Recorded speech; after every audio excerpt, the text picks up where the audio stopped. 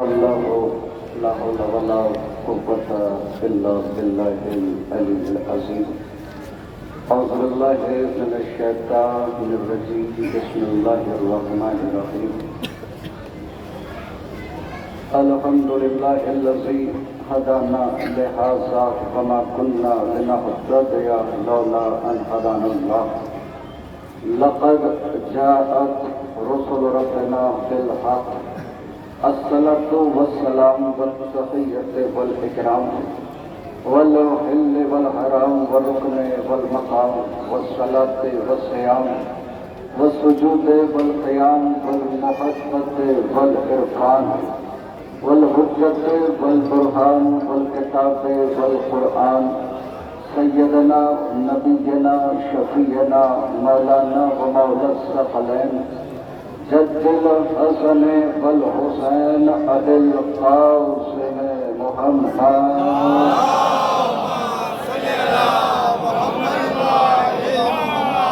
وآله الطيبين الطاهرين المعصومين المظلومين المنتخبين المنتجبين ولعنة الله على أعدائهم وقتلتهم وغاصبي حقوقهم ومنكري فضائلهم ومصائبهم وشجاعتهم وسخاوتهم وولايتهم وعظمتهم وعطشهم أجمعين من إله إلى يوم الدين. أما بعد فقد قال الله تبارك وتعالى في محكم كتابه المجيد وفرقان الحميد قوله الحق بالحق. بسم الله الرحمن الرحيم. قل لا أسألكم عليه أجرا إلا المودة في القربى. صلوات اللهم صل على محمد عزاداران امام مظلوم کربلا، سوگواران اسیران اہل حرم، خوش نصیب ہیں وہ افراد جو اس وقت امام حسین کی عزا منانے کے لیے فرش عزا پر آ گئے. تمہیداً میں نے فرش عزا اور عزادار کے متعلق گفتگو آپ کی بارگاہ میں نظر کی. جس آئے کریمہ کو سرنامہ کلام قرار دیا ہے قرآن مجید کی بڑی مشہور و معروف آئے کریمہ ہے، جس میں خدا ارشاد فرما رہا ہے: اے میرے حبیب، جو رسالت کی اجرت لینے کے لیے آ رہے ہیں ان سے کسی طرح کا کوئی مطالبہ مت کرنا، الا المودۃ فی القربیٰ. اگر مطالبہ کرنا تو اپنی قربا کی مودت کا مطالبہ کرنا. اس کا مطلب یہ ہوا کہ نبی نے اپنے قربا کی مودت اجر رسالت کے طور پر مانگی ہے. اچھا لفظ ہے قرآن مجید میں لفظ حب کا بھی استعمال ہوا ہے، لفظ مودت کا بھی استعمال ہوا ہے. بچوں کے لیے محبت کا حکم ہے، والدین کے لیے محبت کا حکم ہے، مومنین کے لیے محبت کا حکم ہے. لیکن جب نبی کے اہل بیت کی بات آئی تو محبت نہیں، مودت نہیں. یہ لفظ مودت واضح کر رہا ہے کہ محبت کوئی اور شے ہے، مودت کوئی اور شے ہے. میں دو تین جملے کہوں گا. محبت کیا ہوتی ہے، مودت کیا ہوتی ہے. یہاں جتنے بھی افراد کھڑے ہوئے ہیں ہمیں اور آپ کو پانی سے محبت ہے، لیکن مچھلی کو پانی سے محبت نہیں. مودت کیوں مودت ہے؟ کیونکہ مچھلی جب پانی سے الگ کر دی جائے تو تڑپنے لگتی ہے. اسی طرح عزادار اگر اہل بیت سے دور کر دیے جائیں تو تڑپتے ہیں. کیسے آپ کا کوئی اپنا اگر پردیس میں ہوتا ہے اور جب ماہ عزا کا چاند فلک پر نمودار ہوتا ہے تو کبھی آپ اس سے کلام کیجئے، بات کیجئے تو اس کی زبان پر بس یہی فکر ہوتا ہے: کاش میں اپنے وطن میں ہوتا. آپ یہاں کی شبداریاں دکھائیے، دل تڑپتا ہے کاش میں اپنے وطن میں ہوتا. یہ تڑپ بتا رہی ہے کہ ہمیں اہل بیت سے محبت نہیں، مودت ہے. سرکار رات کی تاریکی میں بچوں کو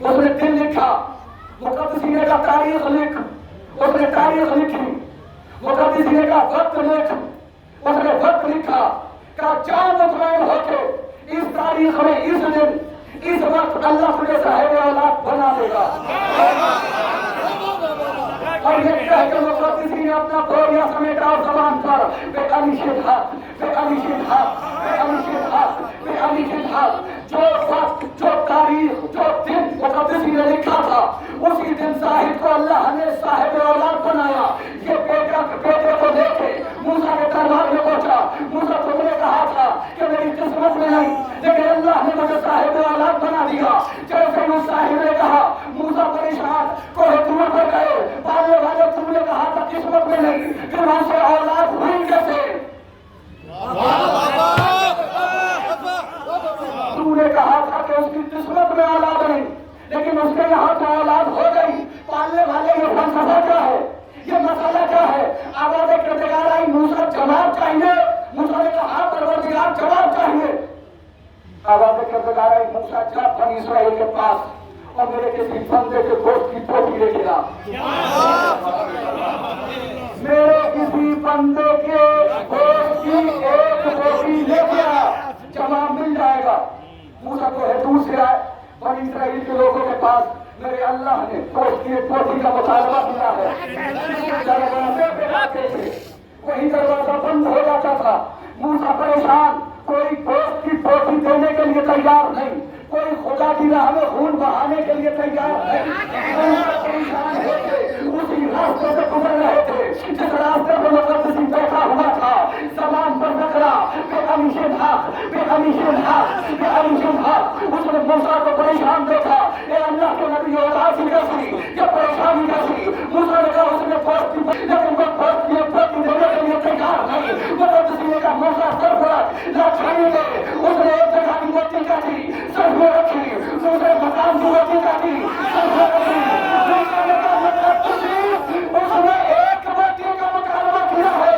مقدسی نے کہا موسیٰ بڑا بھولا نبی ہے، اس نے ایک موٹی مانگی ہے مگر یہ تو نہیں بتایا کہاں کی چاہیے۔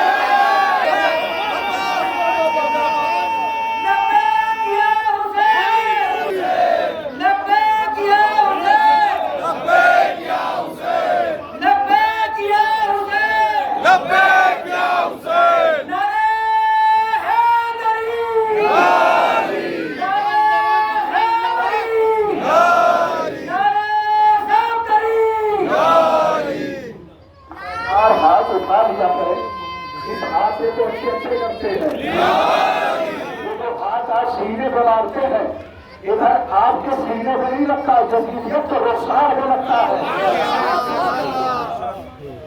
مقدسی نے ہاتھ کی موٹی کاٹی ظرف میں رکھی، سینے کی موٹی ظرف میں رکھی، پشت کی موٹی ظرف میں رکھی۔ جب پورا ظرف موٹیوں سے بھر گیا موسیٰ لے گیا اپنے خدا کے پاس۔ موسیٰ نے ظرف لیا گوشت کی پوٹیوں کا، کوہ طور پر پہنچے، پالنے والے لے آیا۔ آواز کردگار آئی موسیٰ کس نے دی؟ موسیٰ بیان کرنے لگے، پالنے والے کے دروازے پہ گیا کسی نے نہ دی۔ آواز کردگار آئی موسیٰ بندہ تو تو ہی میرا ہے۔